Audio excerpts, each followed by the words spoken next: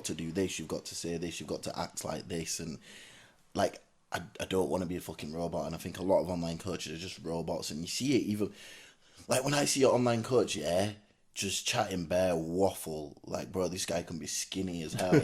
Yeah, he's talking about, bro, bare scientific words and this and that, and I'm watching this. I've been in the industry. I do bodybuilding. I'm like, bro, I don't even understand what you're talking about, bro. Why do you need to use all these fancy words for? But you're just trying to make yourself look bigger than ever. I can come on and fucking talk to you like a human being. Yeah, and I'm gonna downplay I don't need to add in fancy words. If a word comes up and it seems fancy and it's just because you don't know it, it's not because I'm trying. It's just trying to be fancy or whatever. It's just because that's the word for that. But I think some people overplay this fanciness way too much with the wording and stuff like that to try and seem more educated than they are. Yeah. So again, that's like when you're picking a coach, are you going for the salesman? Are you going for this fan? Or bro, just go for someone who's in the trenches every single day and knows breathing it. Yeah, living and breathing it and knows the shit. And all these, like on the flip side, even with fancy systems and stuff like that, there's so many people like, bro, some guy over there can be using a fancy ass system, but he doesn't know as much as me. Yeah, straight facts. And like, you might want to go to him because he's got this fancy system, but you'll get more out of one conversation with me than you will with like 12 weeks coaching with him when he's fancy systems. Yeah. That's why one of the main things with my online coaching is I always try and push for communication. Yeah, communication. I say communication is number one. Like, call me, ask questions. Anything that comes up, I'll have an answer for it, and we're gonna get more knowledge to you by communication. Like, not by all these fancy systems and stuff like that. Just have a conversation with me, and you'll learn a lot. Yeah, like when I went through fancy systems phases because I was always mentored and had like mentors and.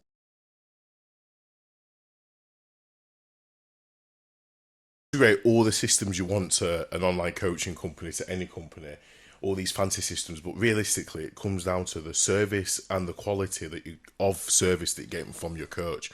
If your coach coaches you just on WhatsApp, sends you messages, sends you PDFs and emails, but you're speaking to them 24/7 all the time, they're always there, they're present, you know exactly what you should be doing, you don't need to worry about anything, why would you then want to go and sign up to an app that's probably an automated chatbot talking to you that's not even your coach, just because it looks fancy, to then get a shit service to not get responses from? And it's just that shiny object syndrome, really. But what you should look for in a coach, like you say, is that real raw passion and love for the business, and their clients will do all the talking. The people that have had the clients for years, for months, the longevity, they're the coaches that you should be going for. The ones that have been doing it for years and years and years without stopping, always being present, always being there, they're the ones that you should go for. But yeah, how did you actually get back into online coaching then, though? Yeah, so obviously from then, Physique Gang Global, get injured, everything goes down the fucking drain. I managed to pick myself up, find a way out. Hader, well, not pick myself up, everyone around me picked me up. Hader, my girlfriend at the time, and back in the gym training. And I was like, right, why am I not getting these clients that I want? It's because my social presence just isn't how I actually am. I'm being a bit too... I mean, I'm still the way... I still joke and stuff now, but I needed that little bit more hardcore element to it. I needed to find that good balance, I think, between the two, between being a joker. Because I had a call with Ben Hawksworth, actually. I remember. And we're on the call, and he was like, you need to drop this, you need to drop this, you need to, like, balance this. And I was like, all right, cool. So then I went away and worked on what I wanted to bring with Physique Coach and the kind of look that I wanted to bring with Physique Coach, took everything into account what I've been told, and then just launched. From Ben? Yeah. Do you want a funny story? He was my business mentor and everything. Yeah, so Ben Hawksworth was my first ever PT in Ultraflex Gym, taught me every exercise I knew. He was then my first business mentor / mentor, like, education thing when I did, like, the coaching practice, like level 4 thing into online coaching. And then further to that, then he then helped me with my relaunch from KC coaching to Unite coaching. And out of all the mentors out there, to be honest with you, like, I personally would never ever go to another one apart from him.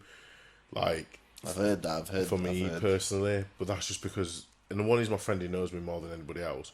But that's also the caveat to the situation, is like, if he wasn't my friend, I feel like it'd be a better working business relationship, because I feel like mixing friendship with business sometimes at times can be a lot.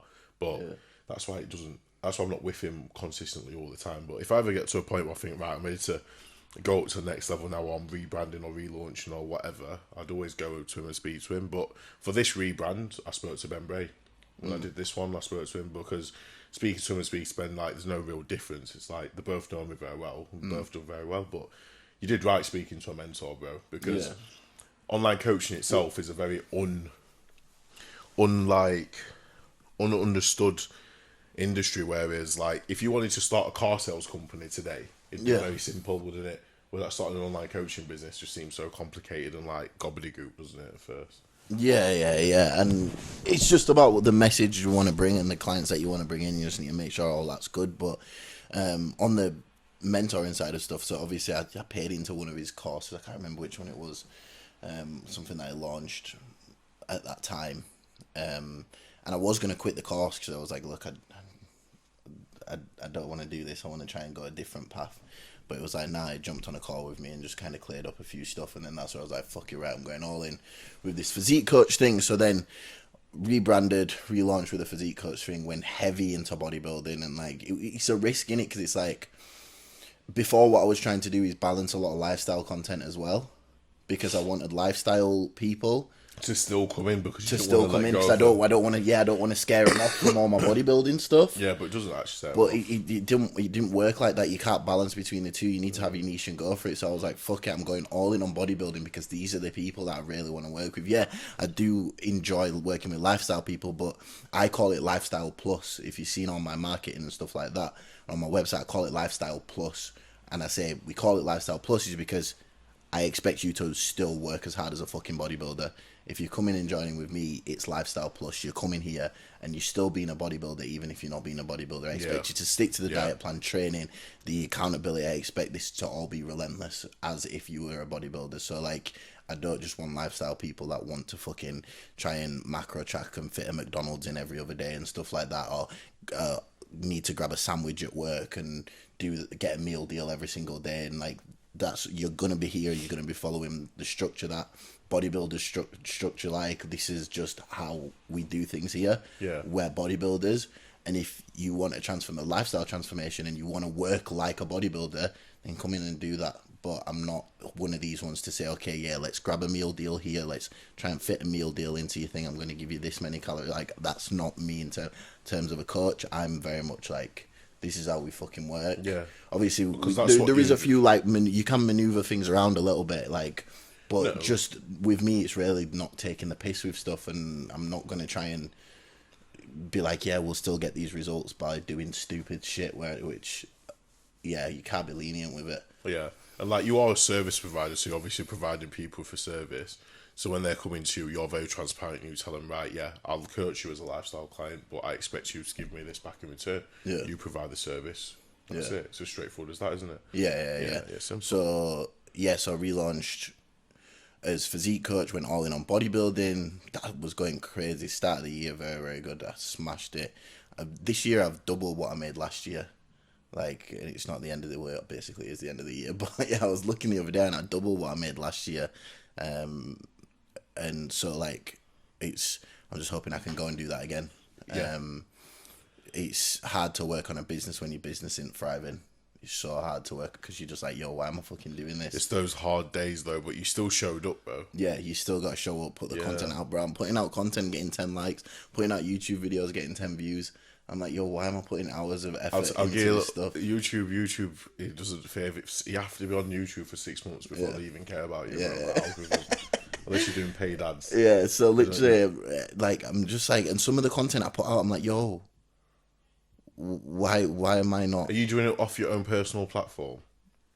What do you mean? Like, you're just posting everything off your... So, like, what is your YouTube like? It's called Physique Media, so we've got a bunch of stuff on there. There's a podcast with Sam Astill, which we did a few episodes of. I'd love to bring that back. We need to get it back. And then the ones I've just done myself, where I've interviewed a few athletes and stuff like that, and then training videos, all that kind of stuff. I'll put a link on there for everyone to find it. Yeah. So, yeah, that's Physique Media, and then obviously Dixon Physique is my Instagram. But sometimes I'm putting content out. I'm like, yo, why do I only have 7,000 followers? I swear down, yo, my content is better than this. My content is better than fucking 15 likes. Yeah. Sometimes. And it fucking irritates me, but you just got to keep showing up. You just got to keep going. Yeah, like the thing with the Instagram algorithm itself, bro, like it changes on a week-to-week, month-to-month basis. So like, they don't favour. Back in the day, it was like, yeah, post reels, you'll fly. Post carousels, you fly. I remember that. Like, Yeah. But now it's you have to do everything all the time, consistently, at the same time of the day, and get likes from the same people. Yeah. The other problem is with that is unless you're getting new followers, Instagram itself won't promote you as a suggested post to new followers. Yeah. So then the loophole around this is you should be actively following people. As well. So then, like when you're following people all the time, bringing them into your thing, but then if you're adding all this into coaching people, doing your own training and everything, this is when you look at online coaching and think like the amount of skills and actual like what it takes to be a good online coach. And there's all these people that are just like launching businesses left, right, centre, like after 3 days of doing one transformation, thinking the life's going to change. It's a hard, solid graft. It's an emotionally draining, physically draining daily graft, isn't it? Yeah. Just thinking of content to put out, and you always feel like you're not doing enough.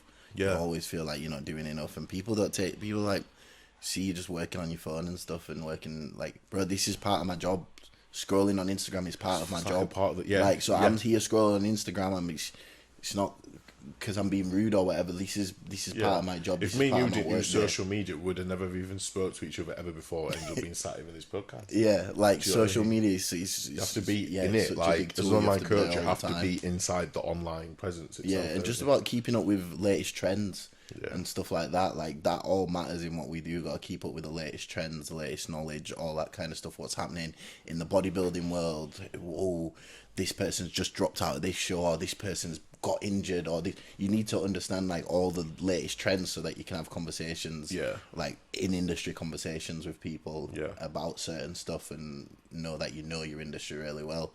But yeah, I think one thing that's really helped me is I studied creative media. So I went to college, I got a triple distinction in creative media. Oh, that's good. After school, which is obviously the highest you can get in college. And I got a high achievers, like a part scholarship to one of the best film schools in England, which is the Northern Film School. Oh, sick. So I got a part scholarship to that, where they paid a little bit because my college, I got a triple distinction in that. So all this work in filming stuff and editing stuff and graphic design, and that's what I've done from young. Yeah, so you do all your own stuff then. Yeah, so like that, people are like, oh, what's your content? I'm like, bro, I just shoot. Most of it's shot on my phone, unless I get a video guy to come in. If I do get a video guy to come in, I'll just pay the video guy to come. I'll say, bro, don't just send me all the raw footage. I'm gonna deal with it myself, because when you've done something, you're like, bro, I've done this, bro. I've done this myself. You just send me it. I know what I want, so then I'll edit it and all that kind of stuff. So it has helped me massively, but that's my background. That's where I came from. That's what I studied in school. Like I used to shoot music videos for rappers. I was in the music industry a little bit, all that kind of stuff. Yeah. And stuff like that for rappers. Yeah. And that's what I did in my early days. King of the Hills TV. I don't know if you heard of King of the Hills. I didn't still. It was like SBTV, but like up north. Yeah. So SBTV was like the down south thing. Yeah, I know about SBTV. And then we had King of the Hills up north, which was JG. I remember I was in the gym one day. I get a call and it's like, I'm looking for a young guy to come and like help start filming stuff, all that kind of stuff. I was gassed, because King of the Hills back in the days was no one does that no more in rap. No one gets a mic and just stands in front of the camera and just sprays bars with his boys in the background. But that's obviously, I used to do music as well. I used to rap as well, and I just remember like some of my best memories are just in a room, dark room, speakers, bunch of fucking sweaty guys, a mic, and we just pass it round, bro. We just pass it round, spraying back like. Some of my fucking best memories there. But yeah, that's where it all came from. Like, I think just being a creative. I've always been a creative, and that's obviously stemmed into helping me with content and marketing and all that kind of stuff. But anything creative, like that's what I've always liked to be into. Yeah, and then I guess obviously the marketing and creating content's easy when all it is content of yourself, and it's what you actually want to tell people. Yeah, it's brilliant. So we're now back then. The story of you. You're back into online coaching. You've got through the hard time. You're doing the best that you've ever been doing up to now. Yeah. Yeah. Facts. But right, I wanted to level up. I'm pissed. Standard. I'm pissed because I'm not where I want to be right now. Right. Where do you want to be Bro. right now, bro? I just want to be more. This I is think the everyone problem, always though. wants to be more, No, but this like, is the problem, though. But more is not tangible. but so obviously I'm at the highest clients I've ever been at, like coming out of prep last year. Well, not last year, this year. That's just been. I'm like, right, I'm gonna invest a bunch of money into a mentor, bro. I dropped $3,000 for no reason. What do you mean? $3,000, bro, dropped for no reason. I'm still pissed about it, bro. I'm angry. Are you gonna tell me who this mentor was? People. You don't have to, bro. Like, even if you want to tell me, you'll know, man. I mean, someone will know. Someone will know. You can figure it out, man. But yeah, I fucking dropped three bags, and then it was like a monthly payment of like 750 quid a month or whatever. After that, yeah. Why? Yeah, man. So I dropped 3 bags on this thing because I'm like, yo, like these guys are gonna elevate me to the next level. I'm like, yo, I'm ready for this now. I'm ready for this. I did speak to Ben Hawksworth first, but he said he's scrapping that program that I was going to invest in. Yeah, he wouldn't. And then they're just going to do the other price point, which is a bit higher. And I'm like, fuck, that's just a touch out of my range. Yeah, you only did that for a very short period of time. And like, it's a bit crazy because everyone that did it did well. Yeah, and I'm like, just fuck, I was about to just jump on that, but Yeah. because the time was right. I was speaking to people about just before it. I was like, right, I'm going to jump on this. Yeah. They was like, right, when you get to this amount, whatever, jump on this. I was like, okay, cool, I'm going to do that. Got to that time, I was ready to do it. Ben's like, we don't do this no more. We're just doing the one at the higher price point. And I'm like, fuck. I could either risk it all and do that higher price point one, which I wish I did. Yeah. At that Really? point, I wish I just risked Why? it all and did it. Why? Because maybe I would have actually got something out of it better than fucking dropping $3,000 and getting no.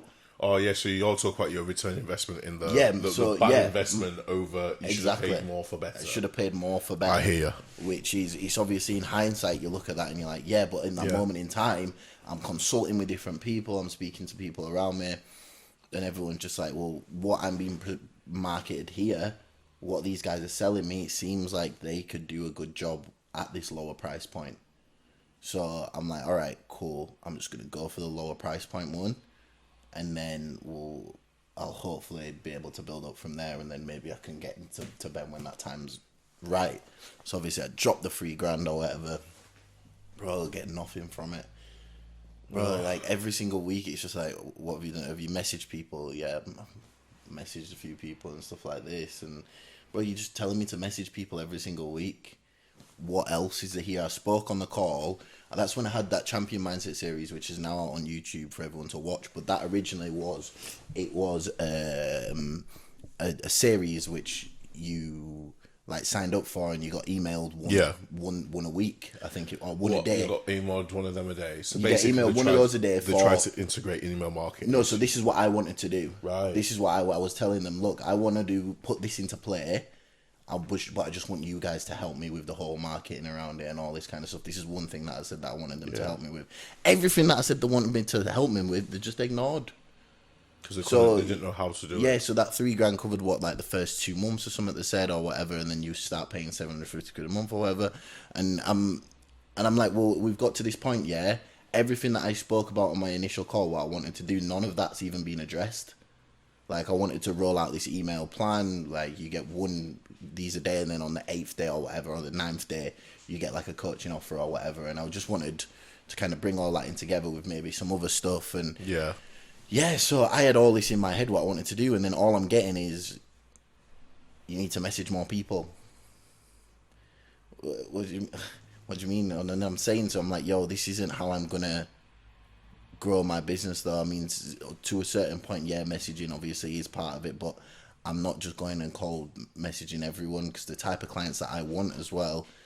You can't cold message them. You can't cold message like people that know what they're doing in the gym, because exactly. They look at it and they get it all the time. They have to want you to. I'm trying to build a bodybuilding coaching business. I'm not trying to build a lifestyle coaching brand. I can't just cold DM Ben, who I said Ben. We said Ben. Let me think of a different name. James, who goes to the gym at JD. And yeah, like, and he goes out with his mates or whatever Yeah, on a Friday Looks night. like and a typical lifestyle. Yeah, it's just like a normal lifestyle person. You can cold message them because they might never had a coach message them before and talk about stuff.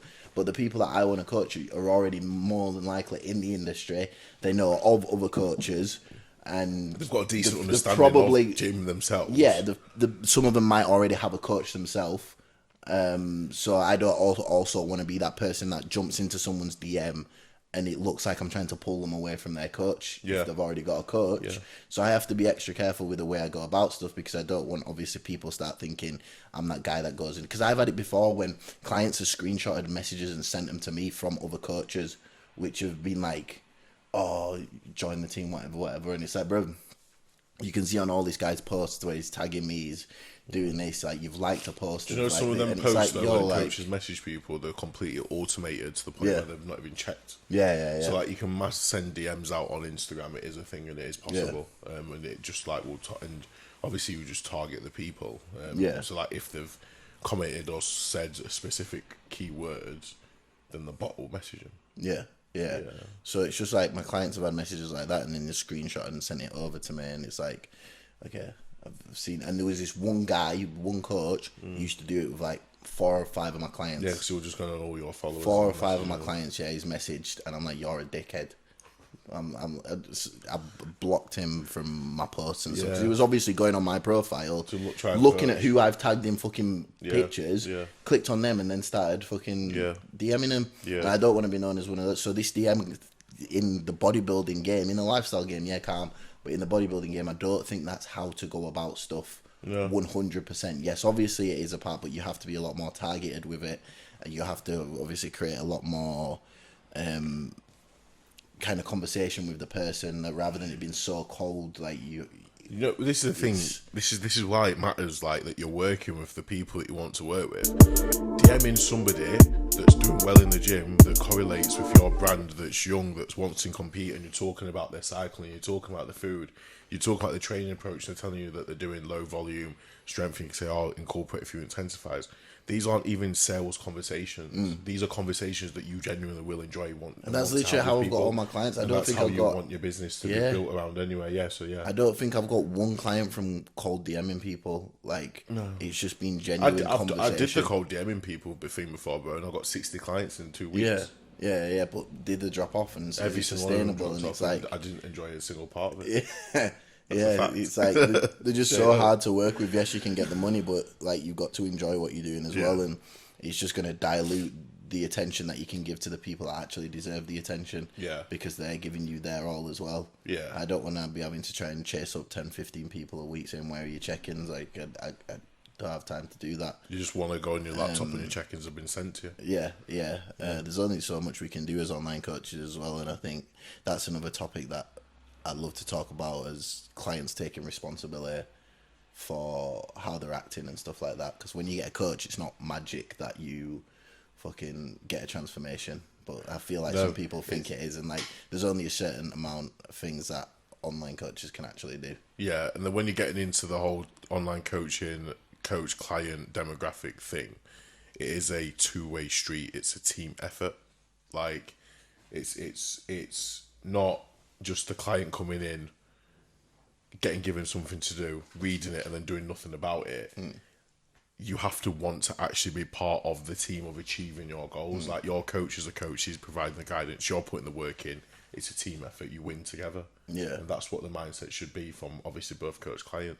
I've seen some coaches on the flip side though do the complete opposite. Like they've given the clients absolutely nothing. I look at the plans and they've come to me saying, "Oh, I'm making no results. This is what my coach has got me doing." I'm thinking, fucking hell, you're still on 2,800 calories 2 weeks out. Like,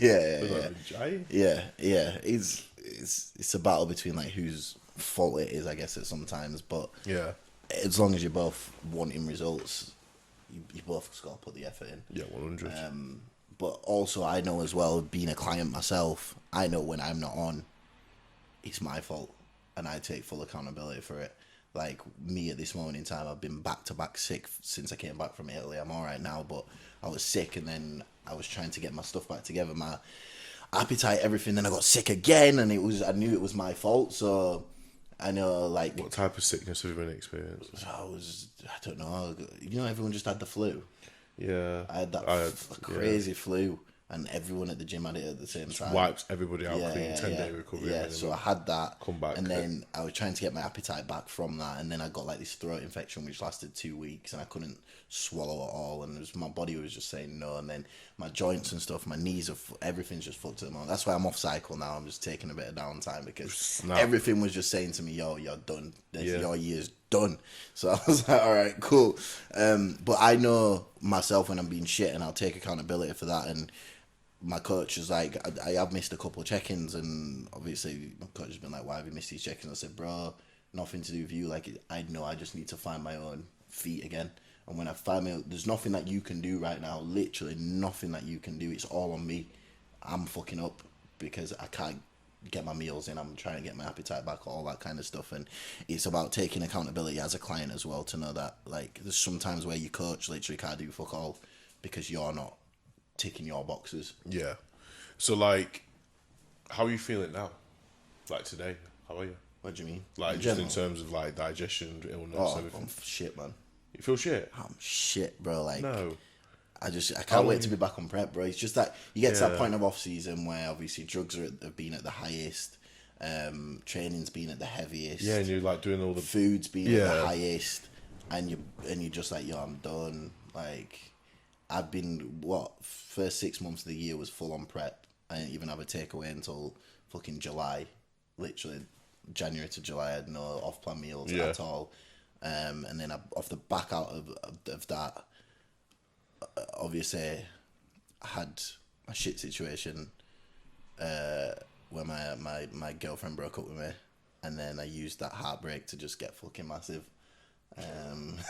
And I've been doing that. You have one of two choices. 20 weeks, you can either get massive or you can let it. Yeah, so I put it all in 16 to 20 weeks per show now. Yeah, and I'm the biggest, heaviest I've ever been. But it's taken a toll on my body because if you think about it, the whole year I've literally just been go. Yeah. Without any time off at all. So come to the back end of the year right now, I'm fucking spent. My knees are fucked, my elbows fucked. You've just my body's fucked. I've pushed it to the max now. So it's time to take a bit of a step back, enjoy Christmas, and then get back to it. And January, really. To be fair, like you're saying, take a step back for Christmas. It's only 4 weeks. Yeah, it's not. It's the worst. It's gonna be the worst 4 weeks of my life, though. It's not a step back, bro. Like it's a few rotations of your training split, and then you're back. So you'll be in and out that rapid, won't you? Yeah. I'm going through a recovery phase myself anyway at the moment, where it's no absolute. Are you completely off drugs or are you TRT? See, I've come completely off. Yeah, and then just gone with PCT. Well, I'm PCT just on GH alone. So just like 2 IUs AM. Yeah. 2 IUs PM, before bed. I don't see a point within 2 IUs AM unless you're doing fasted cardio, but even still, it takes like 3-4 hours. So we'll get into that another day, different conversation. So just GH, just for replenishment of dead cells and just to kind of like give my body a complete rest from everything. And it's helping with my joints a lot as well. Yeah. Helping with my skin a lot, so I started to get a bit spotty, it's cleared it up. My skin started to get fucked these last 2 weeks, man. I'm like, yo. Bro, as soon as your skin starts to go, that's when you know it needs to come off. Yeah. Because it's at the point where that you've got that much toxins in your body that your actual skin's letting it out for you. Yeah. Like you're not pissing or shitting it out anymore. Your skin's like, stop. Yeah. Do you know what I mean? And I think obviously as well with like androgens, everyone's body's capabilities of taking them on is completely different. So like it's hard to tell yourself to stop when you're full cycle. Like I just want to get massive, bro. I'm like, bro, why do I want time off? Like I just want to keep fucking hammering it, but my joints and everything's just saying. It's like you can keep hammering it and hammering it until like you're fucking a complete. Like there's a difference between a rip, a tear, and a complete break and stuff like that, isn't there? Bodybuilder to pull back, go through that recovery phase, get back responsive, let your androgen receptors have a rest from all the fucking anabolic steroids you're putting through yourself. Even just scar tissue itself, just giving your tissue some breaks from the constant like usage of needles and administration of the actual pen itself will do you a world of good. I know obviously you just want to get back into the gym and start lifting heavy then, but like what are your plans going into next year then? What are you aiming to do? Like what's next for you in business? What's next for you in bodybuilding? So this was something that we are going to talk about right at the start when I said we ended up talking about We classic are weight limits. we are going to actually have to redo this probably like another 5 times to finish off this podcast because the day's going. You've got to train. You've got clients to see to, haven't you? I'm the same. Yeah. We were supposed to have a big off season, but classic weight limit is obviously looming in on us. So the amount that I've grown over the last 20 weeks has told us that we don't need a big off season. We can go back into prep now. Obviously, I've got 25 kg to lose to get to my weight cap. So imagine we now push even more. Yeah. Like a whole year of off season, I'm going to have fucking 30, have to go open, 40, bro. 45 kg to I'm not going to be able to do that. So I've got 25 kg to lose now.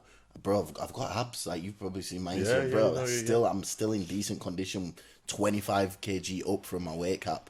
So, like, now it's like, well, we got to bring that 25 kg off. We can't push anymore. We've literally just got to start coming down now and just see what classic look we can bring this year. And then if that warrants us pushing to open next time, because I can't do the classic again. Yeah. I'd put my money on it. Yeah. So, because I've, like, over the last 20 weeks, I just got relentless with it, and I actually was like 100% bodybuilder in the off season, which I've not been able to do before. So I was But doing this from the foundations that you had from what you're doing previously has obviously led to you with this exponential. Yeah. It's like all I needed to do was to just fucking lock in on another level, and that's what I managed to do. That's what I was forced to do, really, to lock in on bodybuilding 100%. So I did that, and then obviously put on this 25-30 kg that I've put on, and now it's like, well, we got to take that off. Yeah. So how far away are you from actually starting your prep? It'll be like January time. So soon. Yeah. It'd be good to get you in at the start of your prep then, and then obviously have a little update as to what you're going to do show wise and see what your prep approach is. We got to wait for everything to be released. I know, we're all waiting, aren't we? Just all like scratching off, as soon as our fingers to see what's what. As soon as the show dates are released, we can say, okay, yeah, we're going to go for this show date. I'll do my qualifier in England, and then we'll fuck off to a different country to see if we can get a pro card. Yeah. We just got to wait and see what's happening with the show dates and stuff. So yeah, that's it. Yeah. Really on the competing side of things, and then on the business side of things, it's just getting stuff back going in January. And just not investing money into bullshit ass mentors this year. That's my goal. If you're gonna do it, pick a reputable one, and at least like look at what post they're putting out. Yeah. So hopefully, no wasting money on bullshit like that. But just every year, I want more and more people on stage. Yeah. I think this year I've put 4, 5, 6. They're all different classes as well. You've done bikini, men's physique, open. Have you done open? Bikini toned. You did classic. You did classic tall. Sorry. Classic. How many guys have I put on stage? 1, 4, 5, 6, 7, 8, 9, 10. Over 10 to 15, I think. Yeah. So I think. And then obviously for me, sat here next to you. How old are you, by the way? 27. So you've got only 4 years. Just turned 27. Yeah. Start of November. Yeah. So you're 27. I'm 23. Don't know if you know. I'm 23 going on 33. But for me, like with where my business is at, halfway through this year, I had the same epiphany as you. I thought I just want to coach bodybuilders and people that are like actually quite serious, like want to do photo shoot preps, because realistically, like I want long-term clients, you want long-term clients, because we want to build relationships with our clients to really actually achieve like crazy physique goals. But they take time, don't they? Yeah. So like you're putting the time into your physique now, you're gonna have to put the time into dieting. I'm putting the time into a health phase, you're putting the time into a health phase. There's no quick fixes there. No. So like obviously just a message to people as we wrap up this first episode, which will be broken up into a few parts. What advice would you give to somebody that's sat at home now, has yet to start their own business, has yet to start the gym, but is just waiting for something to make them want to do it? What's your advice to these people that are sat at home doing nothing about their goals right now? Well, waiting's just the wrong thing to do there, I guess. Like, just don't wait, just get straight into it. I mean, if you want something, you got to go for it, you got to go get it, because no one's going to give you handouts for it. You just got to go get it yourself. You got to be relentless with everything that you're doing. And if you are, then if you focus relentless with it, it's inevitable you'll reach it. Yeah. Inevitable. You just got to keep putting in the work and keep showing up every single day. Yeah. 100. I back that as well. It's good advice. So yeah, thank you guys for listening to this episode of the Unite podcast. We will be back again with Dixon Dudley. But what we'll do before that is we'll put out a public Q&A off the back of this one. We'll let people ask their questions as well. And then we'll wrap up your journey. We've covered a little bit of it, but I know there's a lot more to it, and we can definitely get deeper into it. And I'll let you ask me some questions as well, pre-hand. Yeah, because I'll probably surprise you with some stuff that I've got up to or done to get me to actually be where I am in fitness as well. Yeah. Right, so thank you guys for listening. Nice one. Thanks for watching, and watchers, follow us on Instagram, follow my YouTube. Yeah, we'll put all the links on there. It's been good.